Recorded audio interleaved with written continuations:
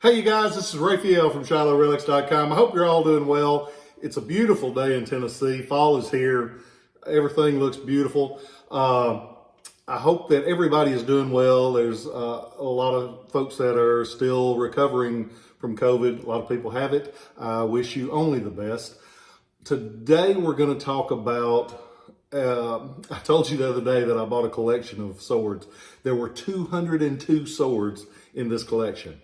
That's a lot of swords. And a lot of them were eagle head swords. You've heard me talk about an eagle head a few months back.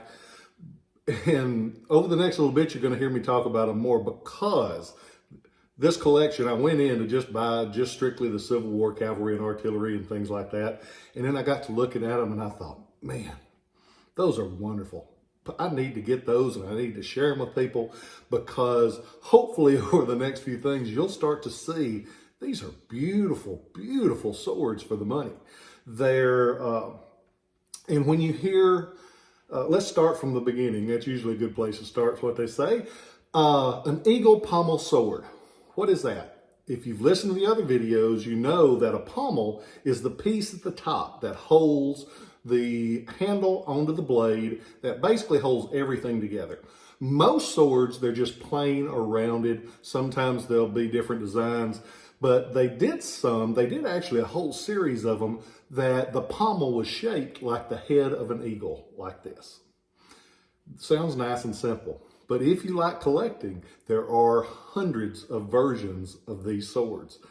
I bought a collection one time that had, and I thought I'd never pass it, there were probably 50 eagle pommel swords, and I had them there somewhere in my pictures. I've got a picture of all 50 of them laid across my garage, and there's every kind in the world, and I thought I'd never pass that. I got about 60 or 70 this time. So I'm gonna show you a few of my favorites. I like them all because they're all different. And so an eagle pommel, this style sword actually started during the Revolutionary War. They used some of them that had eagle pommels even back then. They gained popularity around the 1800, the War of 1812. They hit their heyday in the 40s and 30s and 1830s, 1840s, on up into the Civil War. You do see some of them used during the Civil War. Not a lot, but some. How do we tell the difference? There's a few things that you look for on them.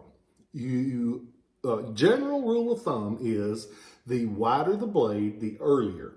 So when you see one that is long like this with a curved blade, and it's earlier. This one is probably going to date 1830s, 1840s, could go back as the 1820s. Unless they're maker marked, it's really hard to say for sure because they made these swords for the American market.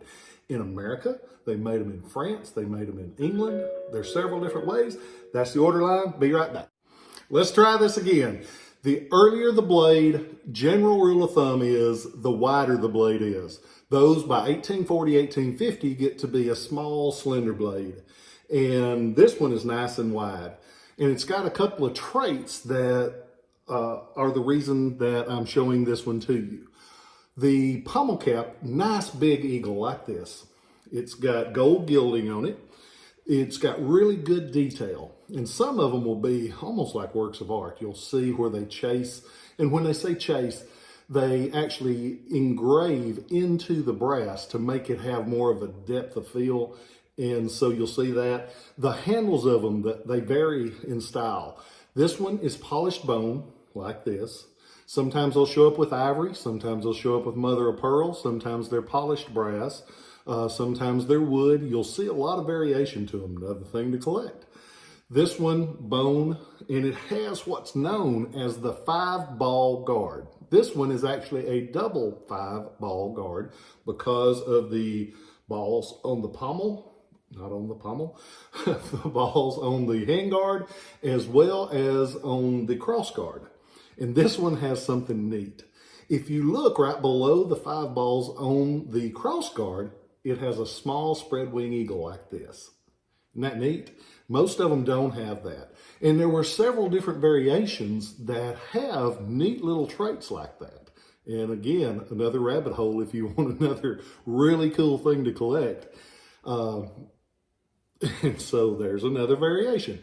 The blades show up. Not only the width is different, but the quality of detail work. Some of them were left completely plain, cheap as you could get them. Some of them will have etching on the side, which means that they will have the patriotic and the floral designs. Some of them will have like this. This one has the fire blue and the gold detail work. Amazingly skilled craftsmen were doing this. The bad thing is the materials that they used to do the fire blue and do the gold work were killing them. It was killing them. It was bad for them. But they made some beautiful swords. So this one still has some of the blue, still has some of the gold. And as you can see, it looks very pretty.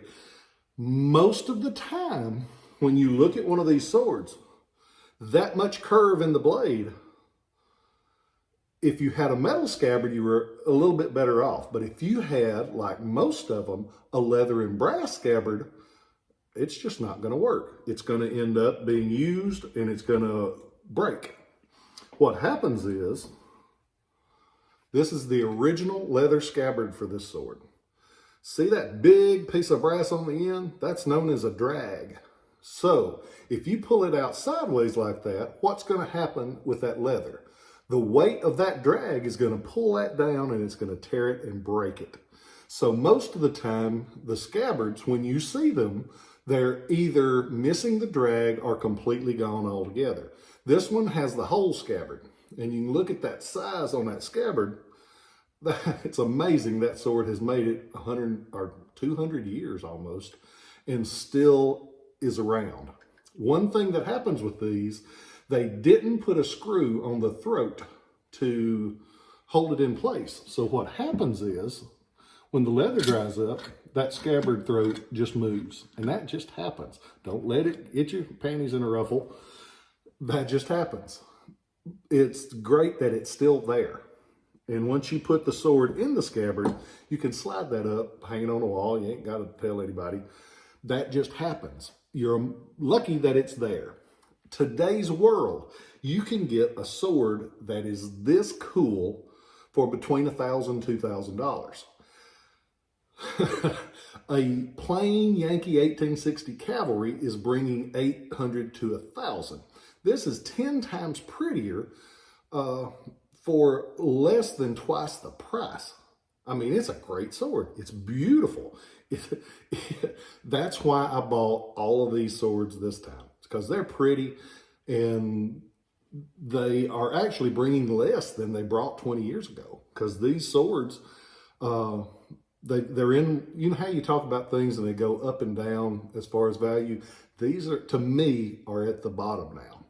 Get in on them, get you some, because I bought them. I liked them, and I wouldn't have bought them if I hadn't thought that they were cool, and somebody is going to start appreciating them the way that they should. Appreciating things. That leads me to where I want to talk with you guys today about. I had something happen yesterday that I can't get out of my mind. I had somebody that I've known for a long, long time, and they come up and they are talking about something, and it's judgment. He was judging people that he didn't know. He was belittling people that he didn't know. He said bad things about folks that he had no earthly idea about. I sat there and I listened to him and I said, they've been very good to me. They're good folks. And what they sell is very good. And he made some kind of comment and I said, he basically asked me what I thought about it. And I said, I'm too busy trying to keep my own life straight than to sit there and judge other people. I ain't got time. If I'm focused on what I can do about me and the world, I ain't got time to sit there and judge somebody that I haven't even met, that I assume is a certain, something about them makes them bad people. We got to quit doing that. That ain't getting nobody anywhere. And today I was listening, I had a little doctor's appointment and I was riding down the road and I was listening to the comic Ralphie May. Rest his soul. Big old boy. He just couldn't quite make it. Funny man. If you hadn't heard him, listen to him. But if you can't handle a few bad words, you better change your channel. But he was talking about judging people. And I thought it's odd that I heard that. That's why I'm sharing it with you today. I believe that if something hits you a couple times, there's a reason. And I'm supposed to share this with y'all.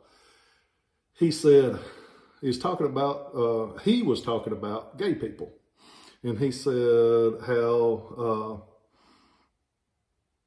you shouldn't just judge people by what they do. He says, you got to quit carrying that burden around of hate. Hate's a burden. Shit, life's too short to carry a burden like that. He said, it'll kill you. He said, ain't none of us perfect. Quit carrying around that hate. Carry around some happiness. Happiness is a lot lighter than hate. So there's a good t-shirt. I'm going to print that t-shirt up. For all of y'all that want a Shiloh Relic shirt, I'm going to get some printed. You'll be able to get them. But carry around a little happiness. It's a whole lot lighter than hate. That's going to be one of them. I hope you guys are doing well. I hope you don't judge people. If you get to know them and you don't care for them, stay the hell away from them. But don't judge them before you get to know them. Give them a chance. They might be the nicest people you've ever met in your life. I love you guys. I'll catch you next time.